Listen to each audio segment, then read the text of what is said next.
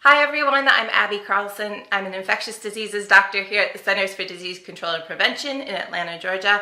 And welcome back to our Project First Line video series, Inside Infection Control. We've been talking in this series a lot about viruses, specifically SARS-CoV-2, the virus that causes COVID-19.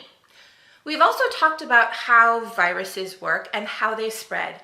And today we're going to focus on that last part, how viruses and other germs that make us sick spread. We know that we get sick with COVID-19 when the virus SARS-CoV-2 gets into our nose, mouth, and eyes.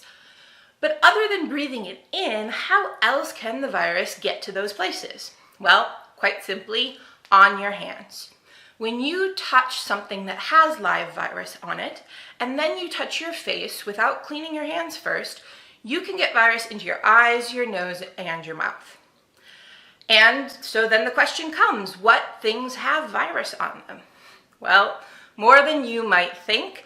And to understand why, let's go back to those respiratory droplets. We talked in an earlier episode about how these droplets have a lot of different sizes. And when they're breathed out, some of the very tiny ones are going to be caught in the air and carried away, traveling wherever the air currents are going. But a lot of those droplets are big enough, still small, but big enough that they won't travel very far in the air. Instead, they'll start falling towards the ground. You can think of it a little bit like leaves on a tree.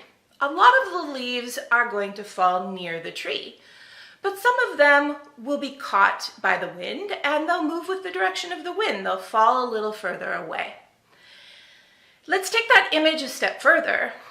Leaves falling from a tree don't just fall to the ground either. They also fall on your car, the roof of your house, anything that's nearby.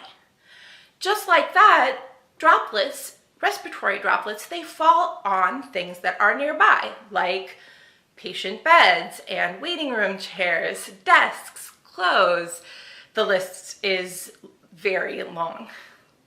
Once the droplets land on something, the virus can survive for at least a little while. It's not long for most surfaces, but it's long enough for you to touch that surface and for the virus to make it onto your hands. From there, the virus can get into your body if you touch your face without cleaning your hands first. And that happens. You're exhausted at the end of your shift and you rub your eyes, or you're running from place to place and you forget to clean your hands. It's one of those habits that's just hard to recognize and hard to break. In addition to droplets falling down, another important way that virus can get onto surfaces is when an infected person touches their eyes, their nose, their mouth, which gets virus onto their hands, and then they touch another surface, like a break room door handle or the keyboard in the nurse's station, an elevator button, an IV pole. Again, this list goes on and on. And these actions, they leave the virus on that surface that someone else can pick up on their hands. And it's gross to say, but for any of us who have been in healthcare, we know that the body fluids that we have, including spit and snot, can get onto things like linens and things near a patient. And if anyone touches those surfaces and doesn't clean their hands, they can spread virus around that way, from themselves to other surfaces to other people. Knowing all of this, we can see why good hand hygiene and good cleaning of the environment are so important for infection control, so that viruses and other germs that make us sick don't spread.